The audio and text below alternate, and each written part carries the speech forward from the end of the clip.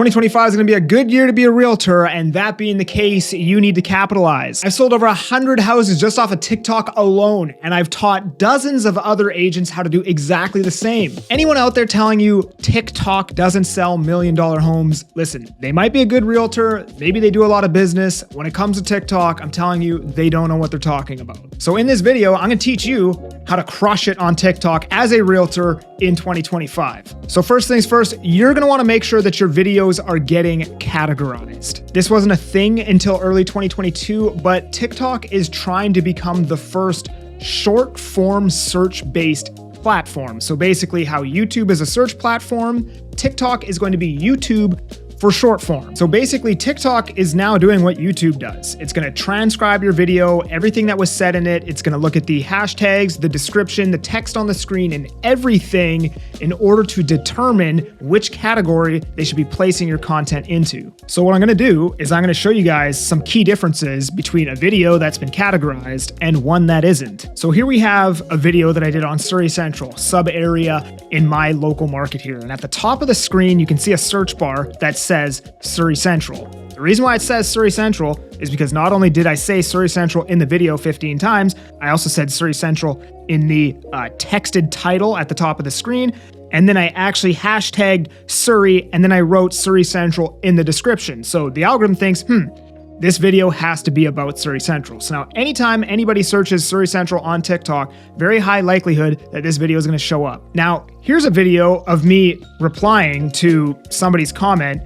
And because I talked about so many different things in this video, the algorithm had no idea what I was actually talking about. So you can see in the search bar, it says find related content. That's because TikTok has no idea what I'm talking about in this video, right? It says developers holding off in the description. The hashtags are Vancouver, developer, but I likely said a whole bunch of other stuff in this video. This is the plan. No one's gonna launch a project for the next 4 years. We're gonna wait till the prices go up and then we'll launch our projects. And that confused the algorithm and it didn't know how to place it.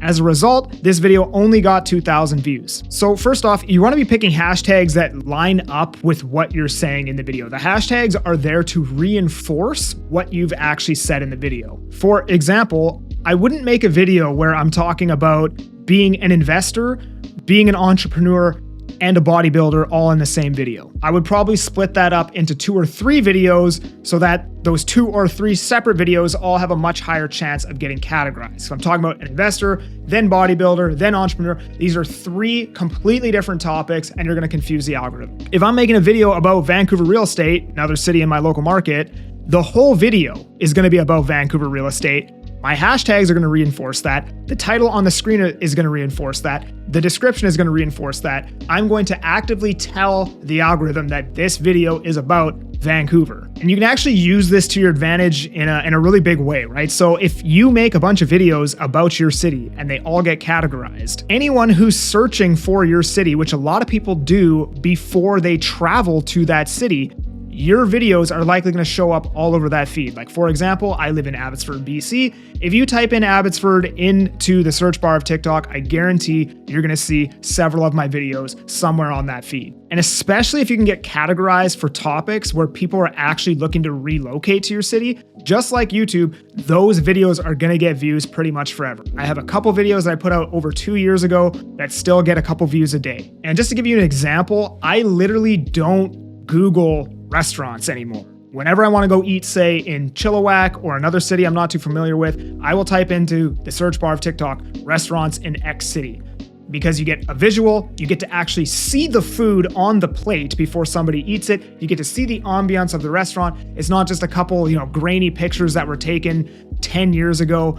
TikTok is the best way for people who are actually looking to quickly find out something about a city, restaurant, place, like things to do in your city, all these kinds of things. TikTok is the best platform for that. And that being the case, there's a really massive opportunity for realtors to leverage that and really, really capitalize on it. after your video gets categorized, you're gonna get an instant bump in views. And like I said, it's gonna show your video to viewers for a much longer period of time. Next, there are two types of videos that I believe everybody should be doing at least one of. You don't have to do both, but I think you should at least be doing one. The first one is property tour videos. You go out, you shoot a short form video of a property, you edit it in CapCut, you throw some music, some captions on there, you speed up the clips, you slow down the parts you want to highlight, and you post it. This is the easiest, most brain dead way that any new agent can make multiple six figures per year. I know because I did it, and I know because I've helped probably 3 or 4 other agents do exactly the same thing in the last 12 months. These types of videos are basically a conversion Facebook ad that's completely free and builds your brand at the same time. You shoot a property tour video, you're gonna have people reach out right off of that video who wanna buy that exact property. And just as an example, I have literally had property tour videos that have sold 7 units that have made me $60,000 in commission off of one video. Now, if you wanna learn how to shoot these videos, again,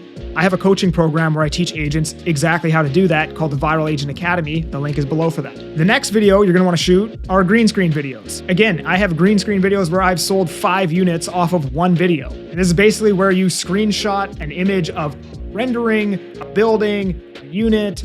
I really like to do them on articles and other people's tweets and other people's content, and then just give my perspective and my opinion on other people's content. The best is news articles, and I'm gonna tell you why.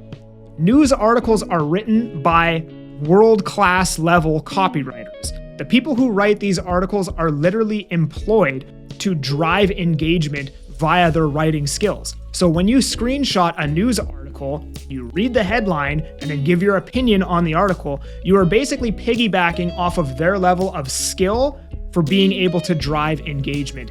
Just their well-written headline will capture the viewer's attention and likely give you a bump in average view duration. So green screening news articles is the easiest way to go viral. It's the easiest way to get views.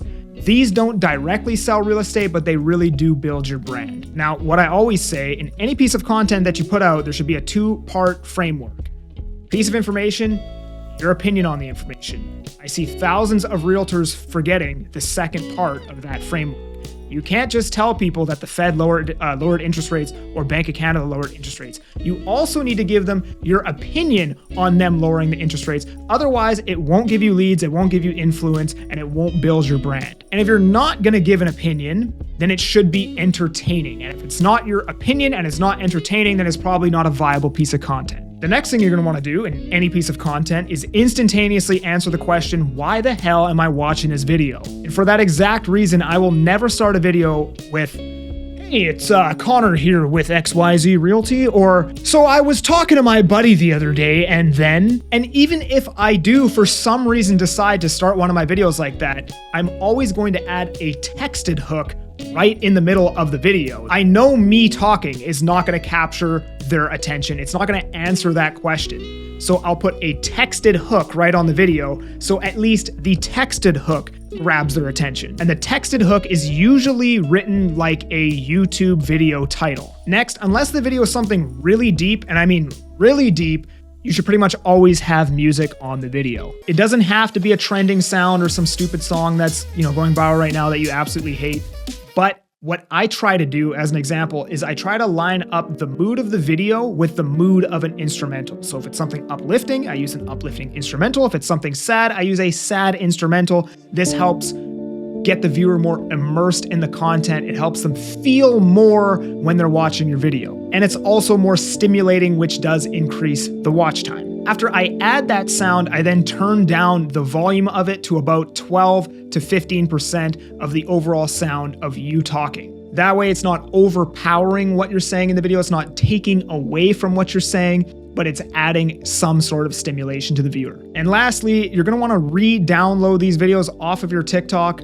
Make sure you remove the watermark first, because TikTok will watermark your videos and that will destroy the reach on any other platform you try to post it on. You're gonna wanna remove that watermark, repost it to Instagram, have your Instagram linked to your Facebook so it instantly reposts to Facebook, and then repost to YouTube Shorts. That way, you're getting 4 times the potential exposure from making one video. The way that I re-download my videos off of TikTok is I use snaptik.com. That's snaptik.com, and then I will use the HD download option. Now, if you're doing all of these things and posting at least once a day in 30 to 45 days, your business will be in a completely different place. I got a newsletter where I send out insights and information just like this. It's called the Viral Letter. You can join using the link below. Otherwise, I'm that Agent Kelly. I'm making moves to move you. Peace.